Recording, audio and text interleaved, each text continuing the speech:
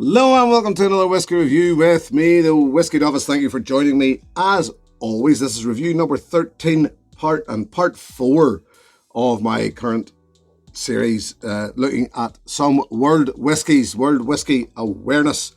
And I have done it before when I was doing a world whiskey awareness series. I have been in Sweden and I'm moving back there this time for High Coast. High Coast Distillery there in Sweden. Came about, started producing in 2010, and up until a couple of years ago was producing under the name box whiskey, something to do with the where the distillery's at. It was a factory, something to do with a factory power station or something which produced boxes, something like that. And yeah, this one, the High Coast Hav in particular, Hav, Swedish for sea, although it goes under the nickname, I think, Oak Spice. Have Oak Spice for whatever reason. And this is Swedish for sea. I told you that. It's bottled at 48%, non-chill filtered, no colour added. How do we know this? Because it states clearly on the label, non-chill filtered, no added colouring. What a novel idea. Well done, High Coast. We appreciate that. Yes, bottled at 48%. And it is also made using 20% peated malt and 80% non-peated malt. It is around, I've read things about average ages on it, and ages from this to that. It's probably safe bet to say it's around about 6 years, I think. Something like that. So it's a young whiskey. But 48%, non-chill filtered, no colour added. Now, when I was in Sweden before, when I visited Swedish whiskey before, it was McMara, and I'll not delve into that, but all I will say was I wasn't a huge fan of that whiskey that I reviewed at that point. And quite a few people said to me then, you should try High Coast. And that's what I did. So, what do I think? There's some virgin oak in this, I believe. It's either Hungarian oak, or maybe Hungarian and maybe Swedish oak. I think there's some virgin oak in it, and you can smell that straight away. That gingery note that I've said about before is there straight away. It's sharp and young, would be the initial thought on it, would be my initial thought on it. You've got to let this one settle yet again. This is actually, I've just realised, just reading the back of it, this is the batch 1, so I don't know how many batches there are by now. Yeah, it's quite sharp, quite young, and it is that, it's there's a virgin oak nose about it, which I had never really noticed as being so prominent before. But look, it starts to open up. It does, and then it becomes malty and citrusy. The peated malt is noticeable, but not overpowering. Yeah, and there's a couple of things I had in mind. Think Springbank or Glen Scotia.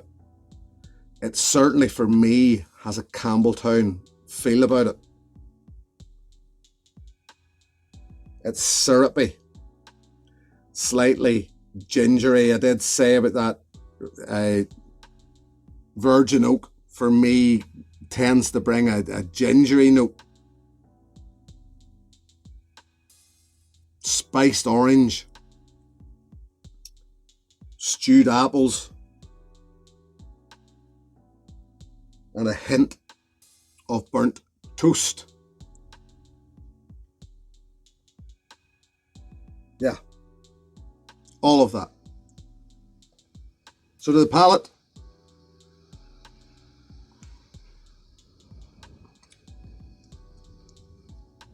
bitter, sweet, slightly peppery, unctuous delivery. It is slightly peppery. There's something. Yet again, a note that I hadn't noticed before. There's a slight Worcester sauce hint of it. So when I said it's bitter sweet, there's obviously a slightly savoury note of it as well. Yeah.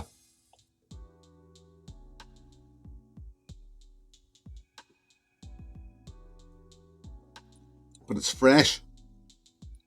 Slightly minty. Peppermint. It's very herbal.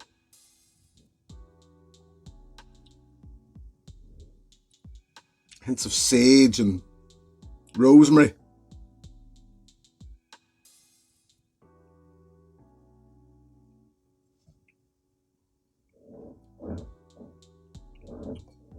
Oak spice. Yes, I would suggest there is. Yeah, there definitely is. There is an oak spice there all over it. Yep.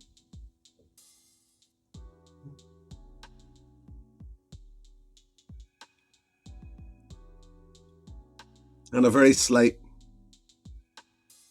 rubbery tinge, which I'm going to put down to the peat malt,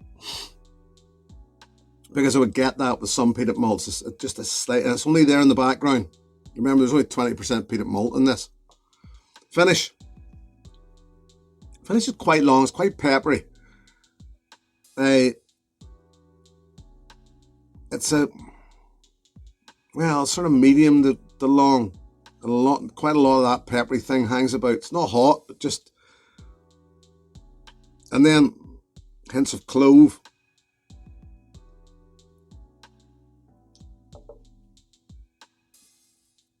And or cinnamon. I'm going to add water to this one. 48%. It can take it, and it can take a fair bit. I'll not overdo it, but I would certainly recommend water with it because it works. You know, the nose becomes fresher, becomes brighter, slightly sharper, crisp, green apples, lemon sherbet. It just brightens it up a bit.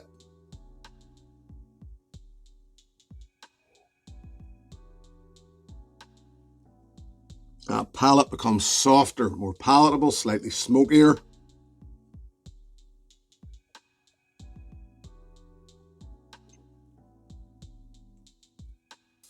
Creamy milk chocolate and orange, and the clove that I mentioned earlier in the finish starts to come through now in the palate.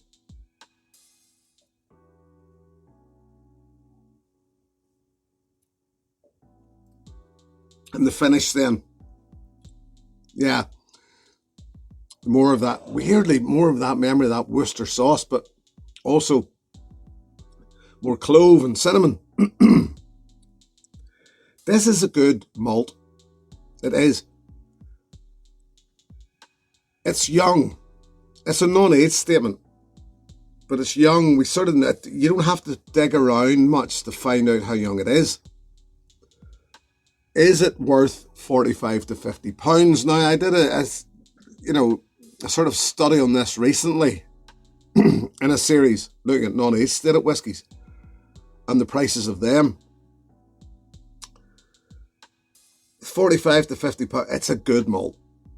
It is a good single malt whiskey.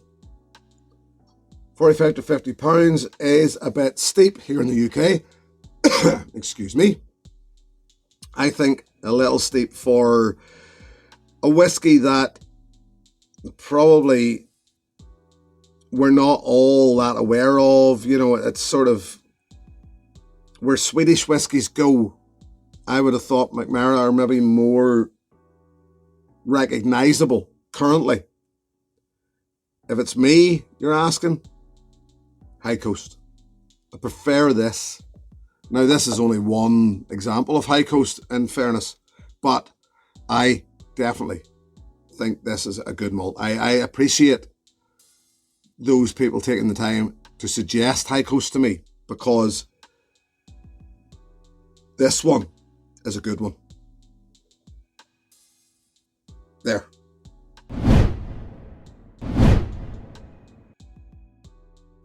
Yes, if you liked this, I said something earlier, and I'm not going to lie to you. When I sent a sample of this to a friend who's within the whiskey community, and he thought very like I did. His initial thoughts were it reminded him of a young Springbank, and it does. It reminds me of a young Springbank, or as I said earlier, there's certain things in the nose I would even think Glen Scotia, but I think it was just that virgin oak thing made it feel a little Glen Scotia for me, even though there's not. But it just gave it a sort of Glen Scotia feel.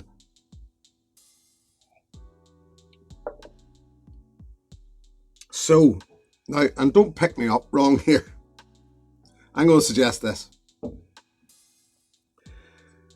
For me personally, this High Coast Hav is good, but it's nowhere close to as good as Springbank 10, one of my favourite single malts. And the reason why I'm moving back to Scotland with it is it just feels to me like yet again, there's been a few in this series that just feel like Scotch single malts to me. It does have a bit of a Springbank feel about it. But if you've had this, if you've had High Coast Hav, this is what, if you like this, then try this, was pretty much always about. If you've had this and you liked it, then I recommend Springbank 10-year-old. This is mine, you can't have it. That's how hard it is to get currently. But if you can get your hands on a bottle of Springbank 10-year-old, then I would definitely recommend that to you, because anything that's good about this just, I was going to say doubles it, triples it, quadruples it. It just turns it all up and says, I'm better than you.